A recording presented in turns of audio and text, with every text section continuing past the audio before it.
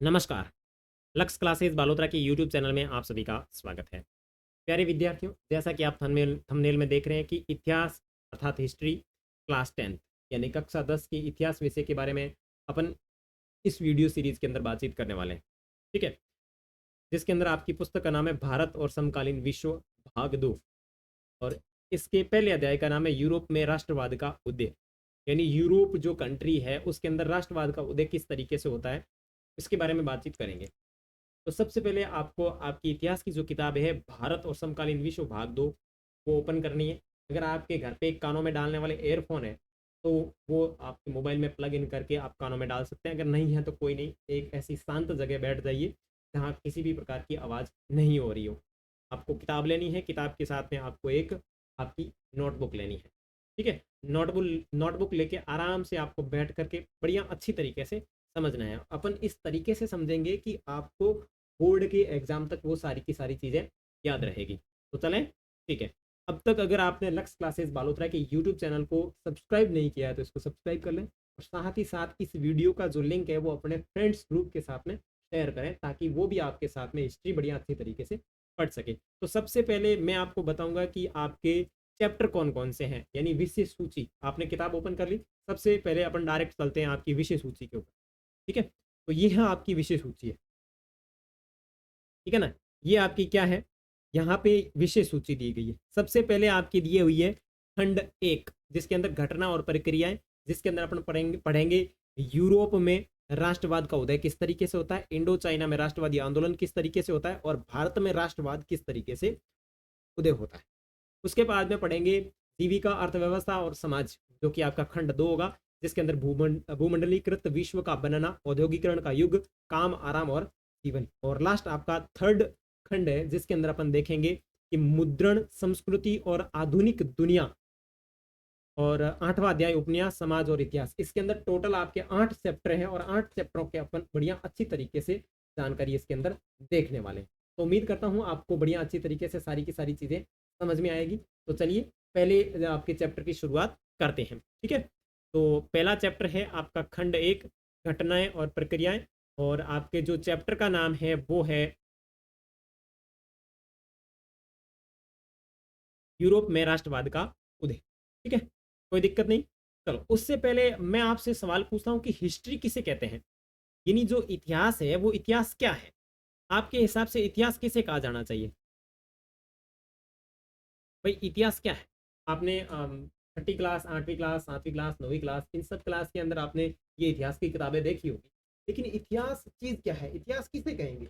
आपके हिसाब से इतिहास क्या होगा। आपके हिसाब से इतिहास यही होता है कि पुरानी घटित घटनाएं इतिहास कहलाती है। नहीं, पुरानी घटित घटनाएं जैसे कि मैं क्लास के अंदर पढ़ा रहा हूँ, किसी बच्चे के एक लपट मार दी, क्या वो इतिहास है। या आपके गुरुजी ने आपको पीट दिया, क्या वो इतिहास है। क्या आपके घर पे आपके मम्मी पापा ने आपको डांट दिया, क्या वो इतिहास है। हर बीता हुआ समय इतिहास नहीं होता। इतिहास उसे कहते हैं वो घटनाएं जो घटित हो चुकी है लेकिन वो मानव जीवन को प्रभावित करती हो, क्या करती हो, मानव जीवन को प्रभावित करती हो, ऐसी चीजों को कहा जाता है इतिहास। ठीक है ना, इतिहास में दो चीज महत्वपूर्ण होती है, यानी ऐसी क्या, यानी मैं ऐसे कह सकता हूं कि पुराने समय में घटित घटनाएं जो मानव जीवन को प्रभावित करती हो, मानव जीवन को प्रभावित करती हो, प्रभावित करती हो, उसे अपन हिस्ट्री कहेंगे, यानी उसे इतिहास कहेंगे, इतिहास कहते हैं। जैसे कि आपकी 1857 की क्रांति, 1857 की क्रांति हमारे जीवन को प्रभावित करती है कि किस तरीके से हमने आज़ादी की लड़ाइयाँ, आज़ादी के लिए लड़ाई लड़ी, या फिर अपने भारत का जो आज़ादी प्राप्त करने का जो दौर है वो भी एक प्रकार की हिस्ट्री है। अब वर्तमान उदाहरण देखें, जैसे कि पिछले 1-2 साल के अंदर अपने जैसे 20-21 वाला जो सत्र था या 21-22 का जो सत्र था उसके अंदर लॉकडाउन लगा था, कोरोना आ गया था, तो वो एक तरीके का इतिहास होगा। आने वाले चैप्टर या आने वाले दिनों के अंदर जो बुकें संचालित होगी उसके अंदर कई सारे बच्चे हैं वो आपके इसको पढ़ेंगे, कोरोना काल को पढ़ेंगे या फिर लॉकडाउन के बारे में ये चीज़ें देखेंगे। तो ये एक प्रकार का हिस्ट्री का मैटर हो गया, यानी ऐसी घटनाएं जो किसी न किसी प्रकार से मानव जीवन को या मानव जीवन की अर्थव्यवस्था पर या सामाजिक या सांस्कृतिक किसी भी प्रकार से को प्रभावित करती है, वो आपकी हिस्ट्री कहलाती है। तो इतिहास की बात ठीक ठाक हो गई। तो चले चैप्टर की शुरुआत करते हैं कि यूरोप में राष्ट्रवाद का। अब चलो देखो यूरोप में राष्ट्रवाद का एक एक चीजें बढ़िया अच्छी तरीके से देखेंगे। सबसे पहले देखो फ्रेडरिक सरयू विश्वव्यापी प्रजातांत्रिक और सामाजिक गणराज्यों का स्वपन राष्ट्रों के बीच में एक संधि होती है 1848 के अंदर। ठीक है ना।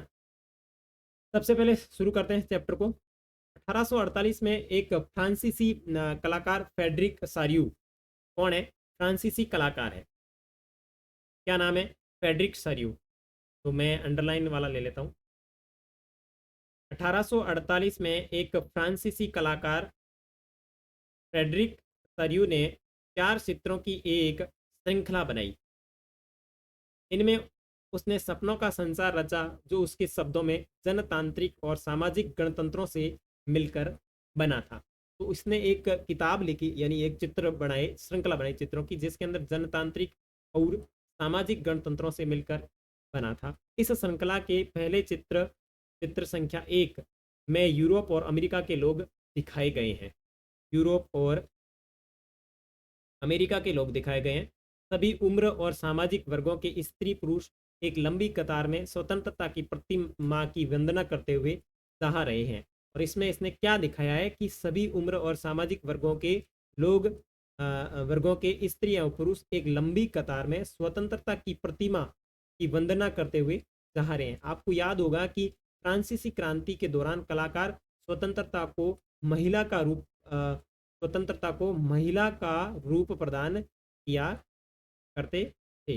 यहाँ भी आप ज्ञानोदय की मसाल को पहचान सकते हैं कि जो उसके एक हाथ में है और दूसरे में मनुष्य के अधिकारों का घोषणा पत्र।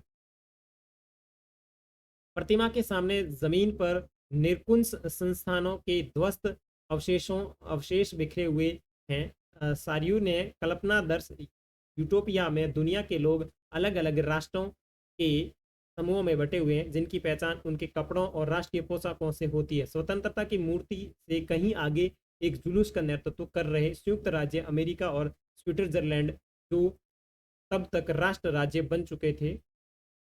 फ्रांस, जो क्रांतिकारी तिरंगे से पहचाना जा सकता है, प्रतिमा के पास। ओके, तो इस चित्र को आप वापस सही ढंग से देखिए। देख लिया आपने इस चित्र को? ठीक है।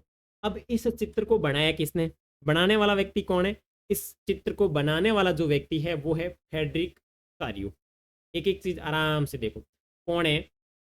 ये व्यक्ति है फ्रेडरिक सारियू। ये कौन है? ये आपके एक फ्रांस का कलाकार है। ठीक है।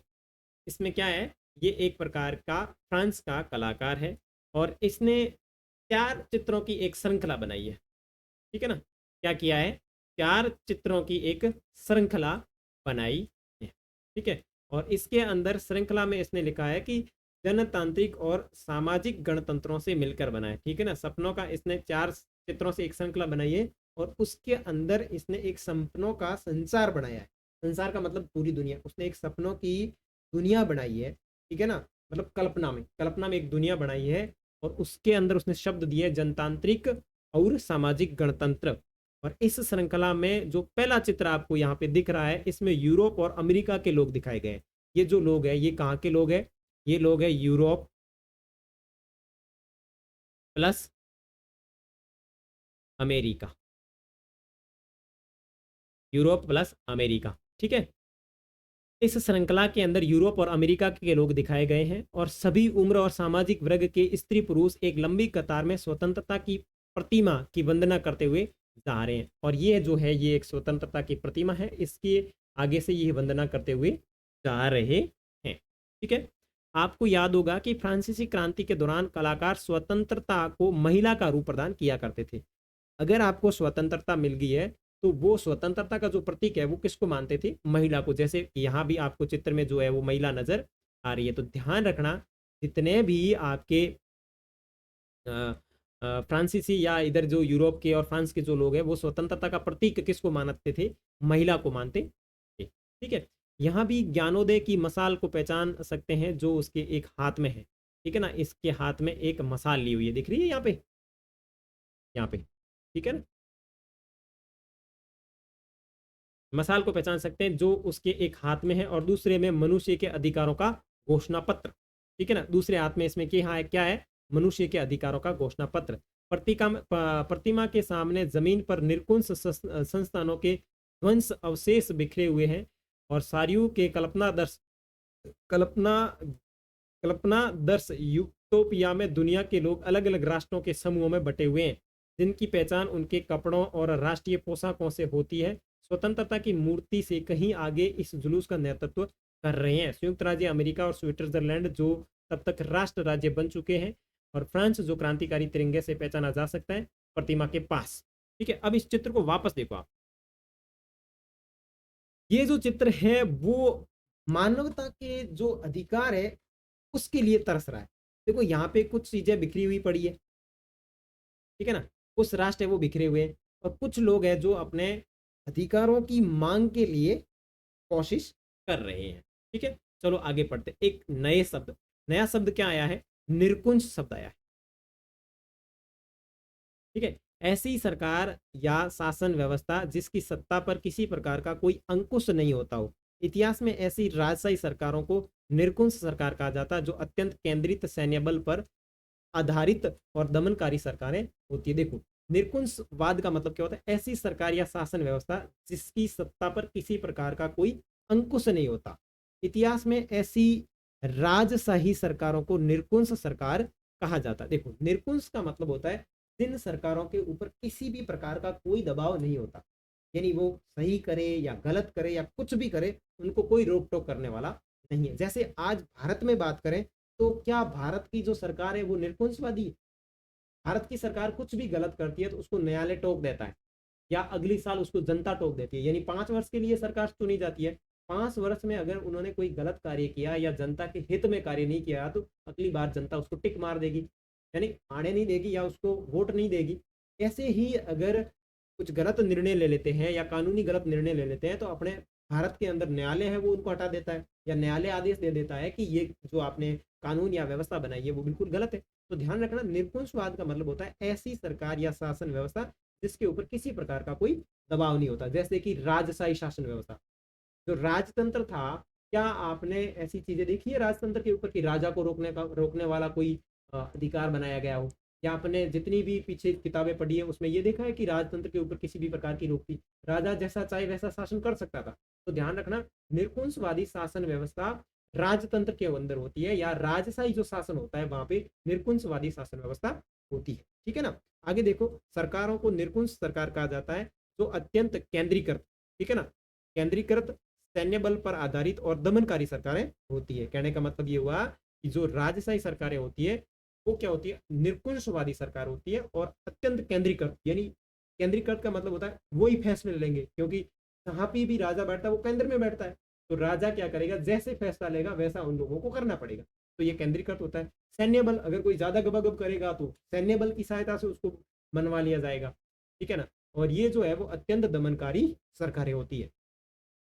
उसके बाद में शब्द आया है कल्पनादर्श यूटोपिया, एक ऐसे समाज की कल्पना जो इतना आदर्श है उसका साकार होना लगभग असंभव होता है।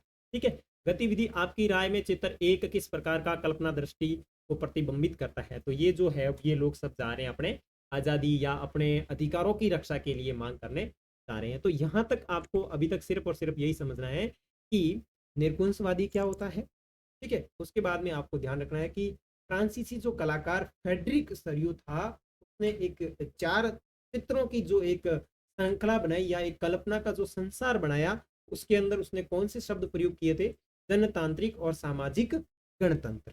ठीक है, और उसका जो पहला चित्र था उसके अंदर कहाँ के लोग थे, तो उसके अंदर यूरोप और अमेरिका के जो लोग हैं वो एक लंबी कतार में स्वतंत्रता की प्रतिमा के आगे वंदना करते हुए जा रहे हैं। और फ्रांस के जो लोग हैं वो स्वतंत्रता का प्रतीक किसको मानते थे, महिला को मानते।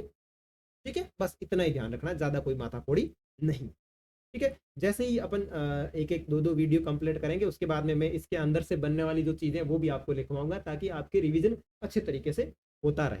ठीक है, आगे देखो, अभी तक मतलब यहाँ आपने लास्ट छोड़ा था कि प्रतिमा के पास अभी अभी पहुंचा है, उसके पीछे जर्मनी के लोग हैं जो काला लाल और सुनहरा झंडा थामे हैं। आप में आपके चित्र के अंदर देख सकते हैं कि उसके पीछे जर्मनी के लोग हैं, ठीक है ना, जर्मनी के लोग हैं जो काला लाल और सुनहरा झंडा थामे हैं। यह दिलचस्प है कि जिस समय सरयू ने ये सभी सरयू ने ये सभी निर्मित की, जर्मनी के लोग तब तक एक संयुक्त राष्ट्र का हिस्सा नहीं बने थे। जो झंडा वे थामे हुए हैं वह 1848 की उदारवादी उम्मीदों की अभिव्यक्ति है, जिनमें अनेक जर्मन भाषी रियासतों को एक प्रजातांत्रिक संविधान के अंतर्गत एक राष्ट्र राज्य में गठित करने की चाह थी। जर्मन लोगों के बाद ऑस्ट्रेलिया तो सिसिलियों की राजशाही लंबार्डी, यानी जर्मन लोगों के बाद में कौन है, ऑस्ट्रिया तो सिसिलियाई की राजशाही, और उसके बाद में लंबार्डी, पोलैंड, इंग्लैंड, आयरलैंड, हंगरी और रूस के लोग हैं। ऊपरी स्वर्ग से ईसा मसीह, संत और फरिश्ते इस दृश्य पर अपनी नजर जमाए हुए दिखाई दे रहे हैं। चित्रकार ने इनका इस्तेमाल दुनिया के राष्ट्रों के बीच भाईचारे के प्रतीक के रूप में किया। तो ये जो आपका चित्रकार है, कौन सा वाला, फेडरिक सारियू, इसने ये पूरी कल्पना का एक चित्र बनाया। तो ध्यान रखना, इसके कल्पना के अंदर जो लोग हैं यूरोप और अमेरिका के लोग हैं, यानी यूरोप महाद्वीप और अमेरिका महाद्वीप के लोग हैं, ठीक है ना। और इसने अलग अलग झंडे वाले, जैसे पीछे दिख रहा होगा इनके काले झंडे वाले लोग जो दिख रहे हैं मैप के अंदर, आपको चित्र के अंदर दिख रहा होगा, तो इसके अंदर इसने बताया है कि उसके पीछे जर्मन लोग हैं जो कि काला लाल और सुनहरा झंडा किसके पीछे है, ये रहा, देखो, संयुक्त राज्य अमेरिका और स्विट्जरलैंड जो अब तक संयुक्त राष्ट्र मतलब राष्ट्र राज्य बन चुके थे, फ्रांस जो क्रांतिकारी तिरंगे से पहचाने जा सकते हैं, और फ्रांस वाले लोगों के बाद में जो है उसके पीछे जर्मन के लोग हैं जो काला झंडा लेके खड़े हैं। उसके बाद में जर्मन लोगों के बाद में आपकी बात करें तो ऑस्ट्रिया दो सिसिलियों के राजशाही, उसके बाद में लंबार्डी, पोलैंड, इंग्लैंड, आयरलैंड, हंगरी और रूस के लोग हैं। और ऊपर से स्वर्ग के ईसा मसीह, संत और फरिश्ते उसके ऊपर नजर बनाए हैं, जैसे कि ये आपके चित्र में दिख रहे हैं, ये ईसा मसीह और ये जितने भी आपके फरिश्ते इनके बाबा वगैरह है, वो बाबा ऊपर से नजर रख रहे हैं कि भाई साहब हमारे चेले सही ढंग से काम कर रहे हैं नहीं कर रहे, ठीक है ना। चलो आगे देखते हैं। इस अध्याय में ऐसे कई विषय उठाए जाएंगे जिनकी काल्पनिक अभिव्यक्ति सरयू ने चित्र एक में की थी। काल्पनिक अभिव्यक्ति का मतलब ये सपना आता है ना आपको, कभी कभी ऐसे लगता है कि भाई साहब मैं ऑफिसर बन गया, या फिर मैं बहुत बड़ा मास्टर बन गया, या मैं पायलट बन गया, इस तरीके से काल्पनिक चीजें, काल्पनिक चीजें का मतलब सपने, यूं की गप टेकड़ी, ठीक है ना। 19वीं सदी के दौरान राष्ट्रवाद एक ऐसी ताकत बनकर उभरा जिसने यूरोप के राजनीतिक और मानसिक जगत में भारी परिवर्तन ला दिए। इन परिवर्तनों से अंततः यूरोप के बहुराष्ट्रीय वंशीय साम्राज्यों के स्थान पर राष्ट्र राज्य का उदय हुआ। देखो, यूरोप में लंबे समय से एक ऐसे आधुनिक राज्य की गतिविधियों और विचार विकसित हो रहे थे जिसमें स्पष्ट रूप से परिभाषित क्षेत्र पर प्रभु सत्ता का एक केंद्रीय शक्ति की थी, लेकिन राष्ट्र राज्य न केवल उसके शासकीय बल्कि उसके अधिकांश नागरिकों में एक साझा पहचान का भाव और साझा इतिहास या विरासत की भावना थी। साझेपन की यह भावना अंतकाल से नहीं थी, यह संघर्षों और नेताओं तथा आम लोगों की सरगर्मियों से निर्मित हुई थी। यह अध्याय उन विविध प्रक्रियाओं पर प्रकाश डालेगा जिनके तहत 19वीं सदी के यूरोप में राष्ट्र राज्य और राष्ट्रवाद अस्तित्व में आए। देखो, यहाँ आपको थोड़ा सा देखना है, एक दो शब्द आए वो मैं आपको बताता हूँ। देखो यहाँ देखो, अंततः यूरोप के बहुराष्ट्रीय वंशीय साम्राज्यों के स्थान पर राष्ट्र राज्य का उदय हुआ। इसका मतलब ये कि भारत जिस तरीके से अंग्रेजों का गुलाम था, उस तरीके से बाकी के जो राष्ट्र वो भी किसी न किसी राष्ट्र के गुलाम रहे। उनके वहां पे भी राजतंत्र था, शाही शासन था, या ऐसे कहें कि वहां पे भी निरकुंशवादी शासन व्यवस्था थी। इस निरकुंशवादी शासन व्यवस्था को खत्म करने के लिए हर एक क्षेत्र में लड़ाइयां लड़ी गई। तो देखो कि यूरोप के बहुराष्ट्रीय वंशीय साम्राज्य के स्थान पर, बहुराष्ट्रीय वंशीय का मतलब क्या हुआ कि ऐसी शासन व्यवस्था जो वंश परंपरा पर आधारित हो। वंश परंपरा का मतलब क्या, राजशाही शासन, भाई राजा का बेटा राजा बनेगा, फिर उसका बेटा राजा बनेगा, तो ये क्या हुआ, वंश के ऊपर निर्भर हो गया। तो देखो, बहुराष्ट्रीय वंशीय साम्राज्य के स्थान पर राष्ट्र राज्य का उदय हुआ यूरोप के अंदर। और ये जो उदय होने की जो प्रक्रिया है, ये क्या करती है, बहुत सारे लोगों के संघर्ष और नेताओं और आम लोगों की सरगर्मियों से निर्मित हुई है। और इस अध्याय में हम पूरी की पूरी यही जानकारी देखेंगे कि यूरोप के अंदर किस तरीके से राष्ट्र राज्य के स्थान पर राष्ट्र वंशीय साम्राज्यों के स्थान पर राष्ट्र राज्य या फिर राष्ट्रवाद किस तरीके से अस्तित्व में। इधर आपके साइड में क्या स्टोरी दी हुई है वो देखते हैं। अर्नेस्ट रेनन, राष्ट्र क्या है? ये एक व्यक्ति है, अर्नेस्ट अर्नस्टन रेनन। अर्नस्टन रेनन के अनुसार राष्ट्र क्या है? देखो, फ्रांसीसी दार्शनिक अर्नस्टन रेनन। अब अर्नस्टन रेनन कौन है? फ्रांस का एक दार्शनिक है जो 1823 से 92 के बीच में रहता है। ने 1882 में सोबॉन विश्वविद्यालय में दिए गए एक व्याख्यान में राष्ट्र की अपनी समझ को प्रस्तुत किया। बाद में यह व्याख्यान एक प्रसिद्ध निबंध के रूप में छपा जिसका शीर्षक था राष्ट्र क्या है। ठीक है ना। इस निबंध में रेनन अन्य लोगों द्वारा प्रस्तावित इस विचार की आलोचना करता है कि राष्ट्र समान भाषा, नस्ल, धर्म या क्षेत्र से बनता है। अब ये रेनन क्या कहता है कि जो राष्ट्र है वो समान भाषा, नस्ल, धर्म या क्षेत्र से बनता है। इसको समझने से पहले अपन मोटा मोटी उदाहरण देखें। भारत भी एक तरीके का राष्ट्र है। तो भारत राष्ट्र कैसे बना? क्योंकि इसकी समान भाषा है। यानी हम आमतौर पर बात करें तो हिंदी है, जो भारत के आधे से अधिक जो राज्य है हिंदी भाषा को जानते हैं। नस्ल, एक जैसी नस्ल, जैसे अपन भारत में बात करें तो हिंदुत्व की बात करते हैं, वैसे धर्मनिरपेक्षता के अकॉर्डिंग मैं किसी एक धर्म का मतलब सपोर्ट नहीं कर रहा, लेकिन हिंदू हिंदू करके अपन बात करें तो एक हिंदुस्तान की बात की जाती है। या फिर धर्म या फिर एक क्षेत्र विशेष के आधार पर बात करें तो ये एक राष्ट्र की परिभाषा है। आगे देखते हैं। एक राष्ट्र लंबे प्रयास, त्याग और निष्ठा का कर्म बिंदु होता है। ठीक है। शौर्य, वीरता से युक्त अतीत, महान पुरुषों के नाम और गौरव, यह वह सामाजिक पूंजी है जिस पर एक राष्ट्रीय विचार आधारित किया जाता है। अतीत में समान गौरव का होना, वर्तमान में एक समान इच्छा संकल्प का होना, साथ मिलकर महान काम करना और आगे ऐसे काम और करने की इच्छा, एक जन समूह होने की यह सबसे जरूरी शर्तें हैं। अतः राष्ट्र एक बड़ी और व्यापक एकता है। देखो ध्यान रखना, राष्ट्र जो क्या है, अपने आप में एक बड़ी और व्यापक एकता है, यानी लार्जेस्ट स्टेबिलिटी है, यानी सब एकता वाली मामला है। ठीक है ना। उसका अस्तित्व रोज होने वाला जनमत संग्रह है। प्रांत उसके निवासी हैं। अगर सलाह लिए जाने का किसी का अधिकार है तो वह निवासी ही है। किसी देश का विलय करने या किसी देश पर उसकी इच्छा के विरुद्ध कब्जा जमाए रखने में एक राष्ट्र की वास्तव में कोई दिलचस्पी नहीं होती। राष्ट्र का अस्तित्व में होना एक अच्छी बात है, बल्कि यह जरूरतमंद भी है। उनका होना स्वतंत्र की गारंटी। और दुनिया में केवल एक कानून और उसका केवल एक मालिक होता है तो स्वतंत्रता का लोप हो जाता है। मोटा मोटी में अपने भाषा में बता। ठीक है ना। ये इसने जो बात कही, किसने? अर्नस्ट रेनन ने। रेनन ने कहा कि भाई राष्ट्र क्या है? कोई विश्वविद्यालय था, यानी कॉलेज थी, सोबोन कॉलेज थी। उस सोबोन कॉलेज में कोई व्याख्यान हो रहा था। उस व्याख्यान पे पूछा गया कि भाई राष्ट्र क्या है, यानी हु इज राष्ट्र।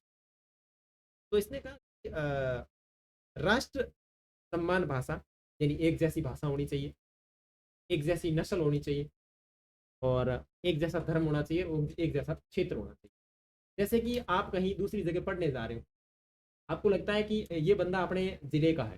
जैसे मैं बाड़मेर का हूँ तो अभी तो बालोतरा बन गया, मैं बालोतरा का हूँ। अभी कहीं मैं बाहर चला जाऊँ तो बातचीत हो, मैं बालोतरा का हूँ, वो भी कहीं मैं भी अरे तू बालोतरा का है, क्या बात कर रहा है यार। तो एक ये राष्ट्र के प्रति प्रेम हो गया। आप कहीं बाहर विदेश में काम करें, सऊदी अरब, पाकिस्तान, बांग्लादेश, अमेरिका, कहीं पे अभी काम कर रहे हो और आपको लगता है कि ये बंदा भारत का है, तो आपको जानकर के बड़ी खुशी होगी कि ये बंदा जो है हमारे भारत का है। और भारत के बाद में अभी कहे कि मैं राजस्थान का हूँ तो और खुशी होगी, अरे तू राजस्थान का है। और उसके बाद में पता चला कि वो आपके जिले का है, तो वो और एक खुशी होगी। ठीक है ना। उसके बाद में इसने कहा कि राष्ट्र जो है एक बड़ी व्यापक एकता है, यानी हमारे देश को कोई कुछ नहीं बोल सकता। अगर अपने देश को कुछ कोई बोले तो अपना ये खून खोल उठ जाता कि हमारे भारत के बारे में ऐसा कैसे कह दिया। तो राष्ट्र जो है एक बड़ी व्यापक एकता है। ठीक है। और उसका अस्तित्व है जनमत संग्रह, यानी जनता का संगठन। ठीक है। और इसके बाद में इसने बताया है कि किसी भी राष्ट्र के अंदर सबसे महत्वपूर्ण चीज होती है स्वतंत्रता की गारंटी। क्या चीज? यानी उनका होना जरूरी है और साथ ही साथ स्वतंत्रता की गारंटी होनी जरूरी है। अगर दुनिया में केवल एक कानून और उसका केवल एक ही मालिक होता है तो स्वतंत्रता का लोप हो जाता है। ऐसे में राष्ट्र की परिभाषा स्पष्ट तरीके से नहीं दी जा सकती।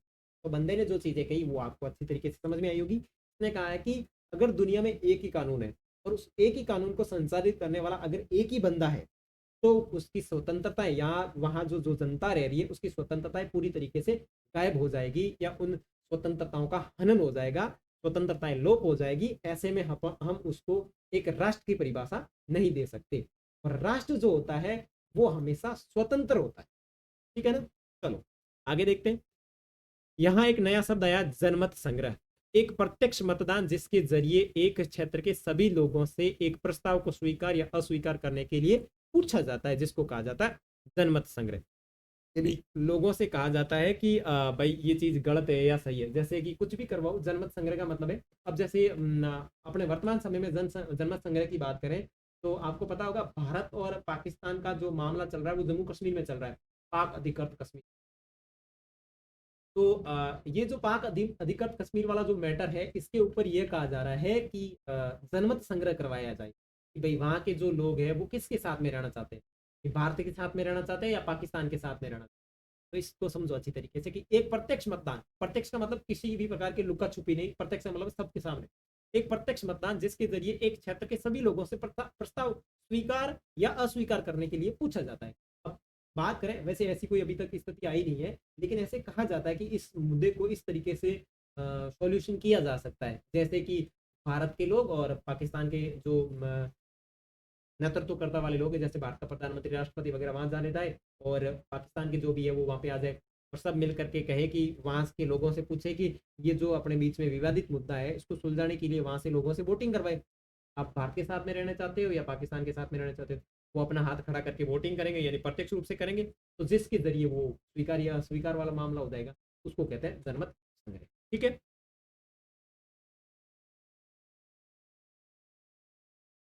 चर्चा करें। रेनन की समझ के अनुसार एक राष्ट्र की विशेषताओं का संक्षिप्त विवरण दें और इसके मतानुसार राष्ट्र क्यों महत्वपूर्ण है। देखो, अब आप अपने मन में चर्चा कर सकते हैं कि रेनन ने जो परिभाषा दी राष्ट्र की, क्या वो सही है? ठीक है, अगर सही है तो आप उसके अनुसार कह सकते हैं कि राष्ट्र क्यों महत्वपूर्ण है।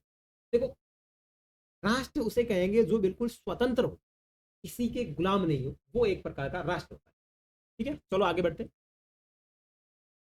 फ्रांसीसी क्रांति और राष्ट्र का विचार। तो इतनी देर अपन जो रामायण देख रहे थे वो बिल्कुल और बिल्कुल अपने टॉपिक को स्टार्ट करने की बातें थी। ठीक है, चलो, फ्रांसीसी क्रांति और राष्ट्र का विचार। राष्ट्रवाद की पहली स्पष्टीकरण अभिव्यक्ति 1779 में फ्रांसीसी क्रांति के साथ शुरू हुई। राष्ट्रवाद की पहली स्पष्ट अभिव्यक्ति 1779 नहीं 89।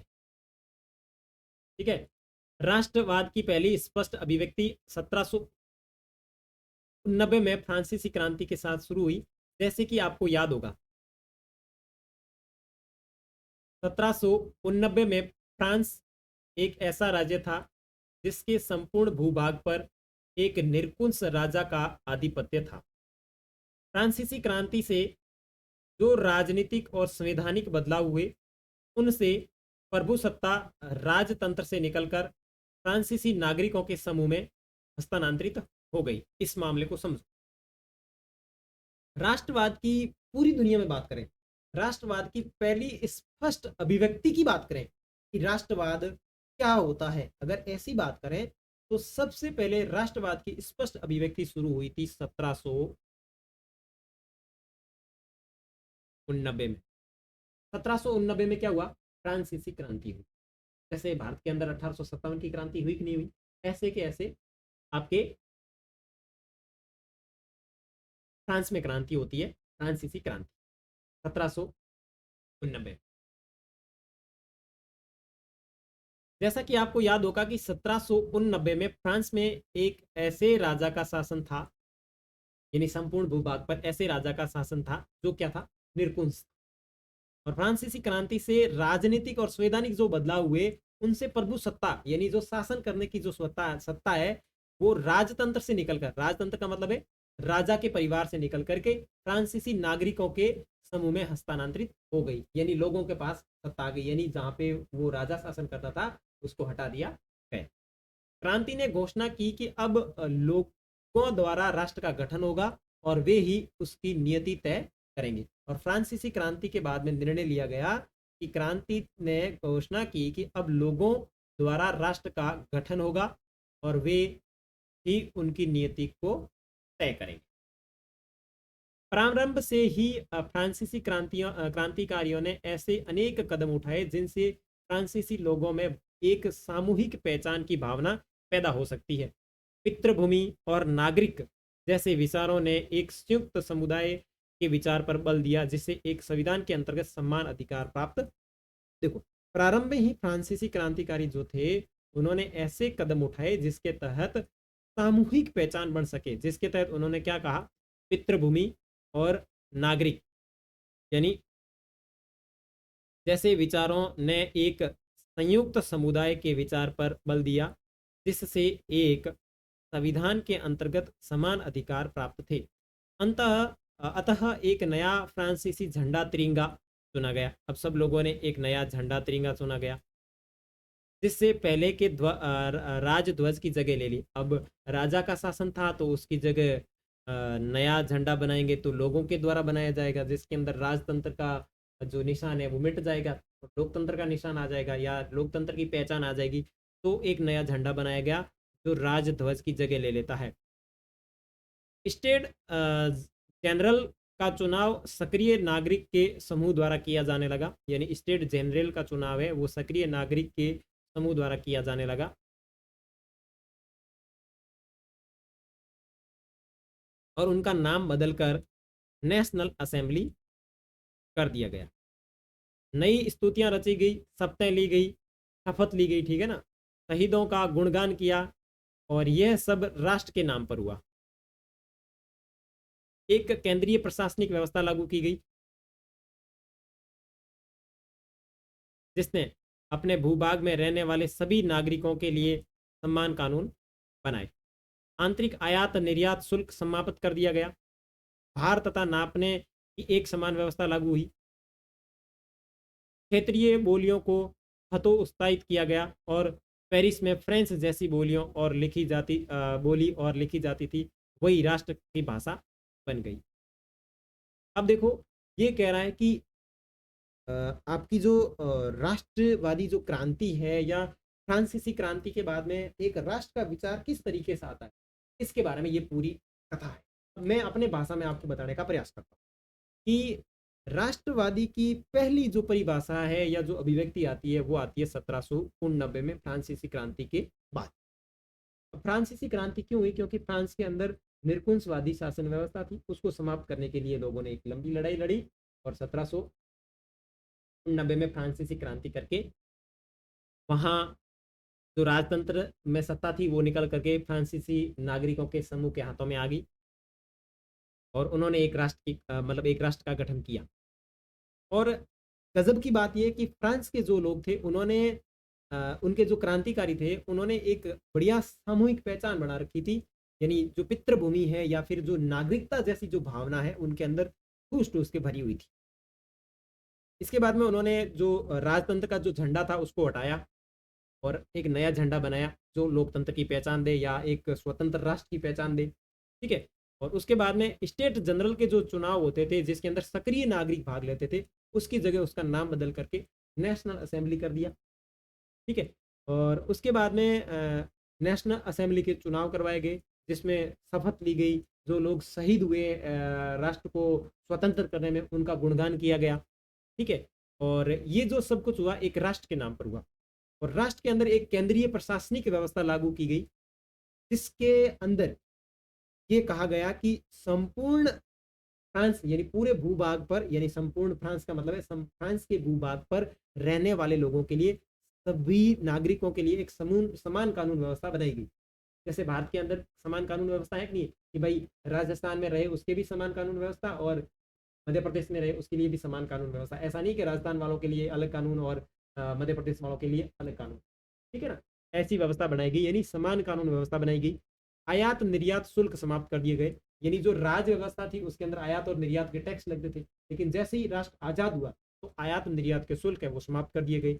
और नापने की एक समान व्यवस्था लागू की गई, यानी भार तोल को जो मापने की जो व्यवस्था थी वो एक समान लागू की गई। और क्षेत्रीय बोलियां थी उनको हतोत्साहित किया गया, यानी क्षेत्रीय बोलियों को कम प्रभाव दिया गया। और एक संपूर्ण राष्ट्र का प्रतिनिधित्व करने वाली जो बोली है कौन सी, पेरिस में फ्रेंच जैसी बोलियां बोली जाती थी, उसको एक राष्ट्र की भाषा बना दिया गया। ठीक है, आगे देखते हैं। क्रांतिकारियों ने यह घोषणा की कि फ्रांसीसी राष्ट्र का यह भाग्य और लक्ष्य था कि यूरोप के लोगों को निरकुंश शासकों से मुक्त कराएं। अब ये जो फ्रांसीसी राष्ट्र का ये भाग्य और लक्ष्य था कि यूरोप के लोगों को निरकुंश शासकों से मुक्त कराए। अब ये खुद तो हो गए, लेकिन इन लोगों ने लक्ष्य ले रखा था कि यूरोप के जो लोग हैं वो बेचारे निरकुंश शासकों के अधीन काम कर रहे हैं, उनको भी क्या किया जाए, मुक्त कराया जाए। दूसरे शब्दों में फ्रांस यूरोप के अन्य लोगों को राष्ट्रों में गठित होने में मदद देगा। दूसरे शब्दों में यूं कहें, ये क्या करेगा, फ्रांस जो है ये यूरोप के अन्य लोगों को राष्ट्र में गठित होने में मदद करेगा, यानी ये फ्रांस जो है यूरोप के साथ में मदद करेगा। जब फ्रांस की घटनाओं की खबर यूरोप के विभिन्न शहरों में पहुंची तो छात्र तथा शिक्षित मध्य वर्गों के अन्य सदस्य जोकोबिन क्लबों की स्थापना करने लगे। जैकोबिन क्लबों की स्थापना करने लगे। उनकी गतिविधियों और अभियानों ने उन फ्रेंच सेनाओं के लिए रास्ता तैयार किया जो 1790 के दशक में हॉलैंड, बेल्जियम, स्विट्जरलैंड और इटली के बड़े इलाकों में घुसी। क्रांतिकारी युद्धों के शुरू होने के साथ ही फ्रांसीसी सेनाएं राष्ट्रवाद के विचार को विदेश में ले जाने लगी। नेपोलियन के नियंत्रण में जो विशाल क्षेत्र आया वहां उसने अनेक सुधारों की शुरुआत की जिन्हें फ्रांस में पहले ही आरंभ किया जा चुका था। फ्रांस में राजतंत्र वापस लाकर नेपोलियन ने निसंदेह वहां प्रजातंत्र को नेपोलियन के नियंत्रण में जो विशाल क्षेत्र आया वहां उसने ऐसे अनेक सुधारों की शुरुआत की जिसे फ्रांस में पहले ही आरंभ किया जा चुका था। फ्रांस में राजतंत्र वापस लाकर नेपोलियन ने निसंदेह वहां प्रजातंत्र को नष्ट कर दिया था। उससे पहले यहाँ ऊपर चित्र देखो, यहाँ आपको दो चित्र दिख रहे हैं, एक जर्मन पंचांग तथा पंचांग या तिथि पत्र का मुख्य पृष्ठ जिसे पत्रकार एड्रियान्स रेबनान ने 1798 में डिजाइन किया। फ्रेंच ब्राजील बास्टिल में क्रांतिकारी भीड़ के प्रवेश के चित्र को उससे मिलते जुलते किले की बगल में बनाया गया है। यह किला जर्मन प्रांत कैसेल में निरकुंज शासन के गढ़ के रूप में चित्रित है। इस चित्र के साथ एक नारा दिया गया, लोगों को अपनी आज़ादी मुट्ठी में कर लेनी चाहिए। क्या कर लेनी चाहिए? लोगों को अपनी आज़ादी मुट्ठी में कर लेनी चाहिए। रेबमान एक पत्रकार था जो मेंज नामक शहर में रहता था और वह जर्मनी के जोकोबिन गुट का सदस्य था।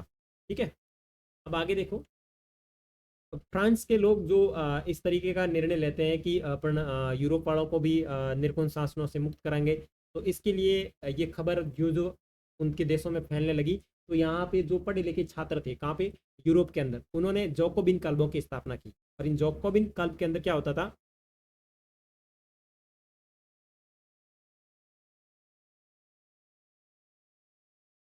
ठीक है, 1790 के दशक में हॉलैंड, बेल्जियम, स्विट्जरलैंड और इटली के बड़े इलाकों में घुसी कौन, सेनाएं। ठीक है, उनकी गतिविधि और अभियानों ने उन फ्रेंच सेनाओं के लिए रास्ता तैयार किया और ये यहाँ पे घुस गई। और क्रांतिकारी युद्धों के शुरू होने के साथ ही फ्रांसीसी सेनाएं राष्ट्रवाद के विचार को विदेश ले जाने लगी। नेपोलियन के नियंत्रण में जो विशाल क्षेत्र आया वहाँ उसने ऐसे अनेक सुधारों की शुरुआत की जिन्हें फ्रांस में पहले ही आरंभ किया जा चुका था। और फ्रांस में राजतंत्र वापस लाकर नेपोलियन ने निसंदेह वहां प्रजातंत्र को नष्ट किया। अब नेपोलियन एक राजा था जिसने क्या किया, फ्रांस में राजतंत्र वापस लाया और वहां पे जो प्रजातंत्र हुआ था या प्रजातंत्र स्थापित किया गया था उसको नष्ट किया। ठीक है ना, नष्ट किया, मगर प्रशासनिक क्षेत्र में उसने क्रांतिकारी सिद्धांतों का समावेश किया ताकि पूरी व्यवस्था अधिक तर्क संगत और कुशल बन सके। 1804 की नागरिक संहिता, जिसे आमतौर पर नेपोलियन की संहिता के नाम से जाना जाता है,